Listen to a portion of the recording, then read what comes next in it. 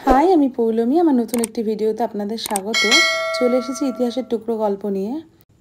ইতিহাসের পাতায় তো অনেক নারীর সংগ্রামের কাহিনী লেখা আছে, কিন্তু ব্লাঞ্চ মানিয়ারের ঘটনা শুধুমাত্র একটি ভালোবাসার অপরাধে তার জীবনের 25টি বছর অন্ধকার কক্ষে বন্দি থাকার এমন এক নজির যা আজও মানুষের বিবেকে নাড়া দিয়ে যায়। ব্লাঞ্চ মানিয়ার ছিলেন ফ্রান্সের পুয়াতিয়েন শহরের এক সম্মানিত ও সম্ভ্রান্ত পরিবারের কন্যা।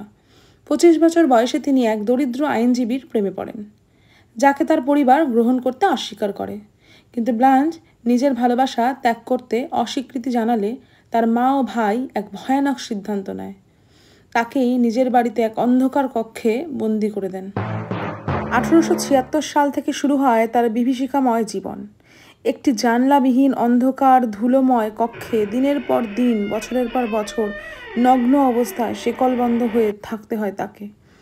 বাইরে তার কোনো অস্তিত্ব নেই, কেউ জানে না সে কোথায়, কেমন আছে।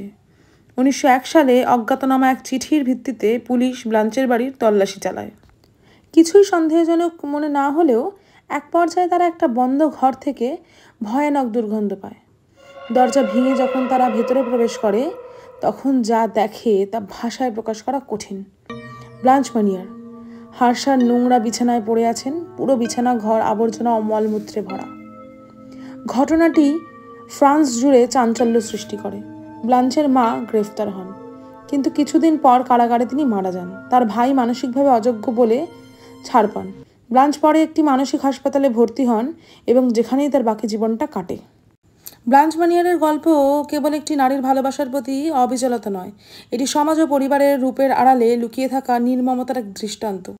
এমন ঘটনা আমাদের ভাবিয়ে তোলে ভালোবাসা, স্বাধীনতা এবং মানবাধিকারের প্রতি মানুষের দৃষ্টিভঙ্গি আসলে কতটা উদার।